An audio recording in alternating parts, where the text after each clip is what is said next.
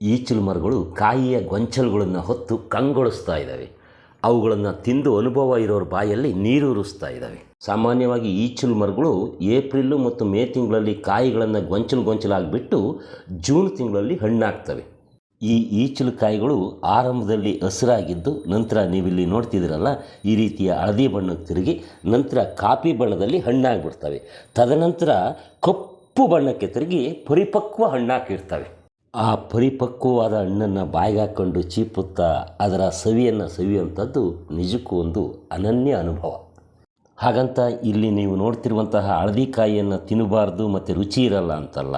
ಇದನ್ನು ಕೂಡ ಬಾಯಿಗೆ ಹಾಕ್ಕೊಂಡು ತಿಂದರೆ ಒಂದು ರೀತಿಯ ಒಗರು ಮಿಶ್ರಿತ ರುಚಿಯನ್ನು ಕೊಡ್ತದೆ. ನಾಲಿಗೆಗೆ ಅದರ ರುಚಿ ಭಾಳ ಹಿತವಾಗಿ ಕೂಡ ಇರ್ತದೆ.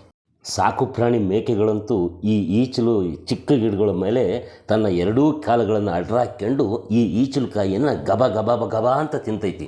ಅದಕ್ಕೆ ಈ ಈಚಲುಕಾಯಿ ಭಾಳ ಇಷ್ಟ ಕೂಡ. ಆಡು ಕುರಿಗಳಿಗಷ್ಟೇ ಅಲ್ಲದೆ ಪಕ್ಷಿಗಳಿಗೂ ಕೂಡ ಭಾಳ ಪ್ರಿಯವಾದ ಆಹಾರ ಈ ಈಚಲಹಣ್ಣು. ತೆಂಗಿನ ಮರ, ತಾಳೆ ಮರ, ಖರ್ಜೂರದ ಮರಕ್ಕೆ ಸೋದರ ಸಂಬಂಧಿಯಾದ ಈ ಈಚಲು ಮರದ ಹಣ್ಣನ್ನು ಕೂಡ ಬಡವರ ಖರ್ಜೂರ ಅಂತಲೇ ಕರೀತಾರೆ.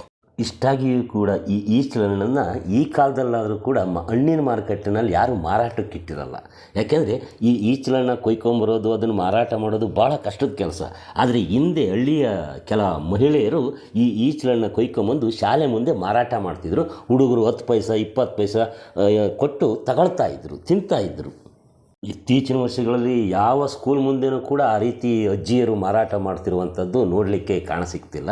ಹೀಗಾಗಿ ಈಗಿನ ಮಕ್ಕಳಿಗೆ ಈ ಈಚಲಹಣ್ಣನ್ನು ಸವಿಯೋದೇ ಭಾಳ ದುಸ್ತರವಾದಂಥದ್ದಾಗಿದೆ.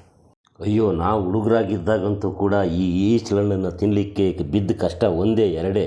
ಹಬ್ಬ, ಅದಕ್ಕೆ ಕಲ್ಲೆಸೆಯೋದು, ಆ ಕಲ್ಲುಗಳಲ್ಲಿ ಏನೋ ಉದುರ್ತವೆ ಅಂತೇಳಿ ಎಷ್ಟು ಅವನ್ನು ಬೀಳಿಸ್ಕೋಬೇಕಾಗ್ತಿತ್ತು. ಮತ್ತು ಈ ಈಚಲು ಗರಿ ಇದಾವಲ್ಲ ಆ ಒಂದು ರೀತಿ ಈ ದಬಳದಂತಹ ಮುಳ್ಳುಗಳು ಅವು ಚುಚ್ಚಿಬಿಟ್ರೆ ಭಾಳ ನೋವಾಗ್ತದೆ. ಅವನ್ನೆಲ್ಲ ಸಹಿಸ್ಕೊಂಡು ಈಚಲಹಣ್ಣನ್ನು ಕಿತ್ಕೊಂಡು ತಿನ್ನೋದು ಅಂದರೆ ಅದೊಂದು ರೀತಿ ಪರಮಾನಂದದ ಕೆಲಸ ಆಗಿತ್ತು ಹುಡುಗರಲ್ಲಿ.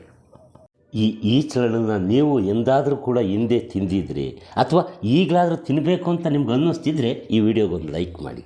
ಹಾಗೆ ಇಂಥ ಕಾಡಿನ ಹಣ್ಣಿನ ಬಗ್ಗೆನೇ ಹೆಚ್ಚು ವಿಡಿಯೋಗಳನ್ನು ಮಾಡುವಂತಹ ಈ ನೇಟಿವ್ ನೆಸ್ಟ್ ಯೂಟ್ಯೂಬ್ ಚಾನಲ್ಗೆ ನೀವಿನ್ನೂ ಸಬ್ಸ್ಕ್ರೈಬ್ ಮಾಡ್ಕೊಂಡಿಲ್ಲ ಅಂದರೆ ಈಗಲೇ ಸಬ್ಸ್ಕ್ರೈಬ್ ಮಾಡಿಕೊಂಡು ಈ ವಿಡಿಯೋವನ್ನು ಕೂಡ ಮುಂದಕ್ಕೆ ನೋಡ್ತಾ ಹೋಗಿ. ಹಾಗೆ ಕೊನೆಯವರೆಗೂ ನೋಡಿ ನಿಮಗೆ ಅನಿಸಿದ್ದನ್ನು ಕಾಮೆಂಟಲ್ಲಿ ತಿಳಿಸಿ.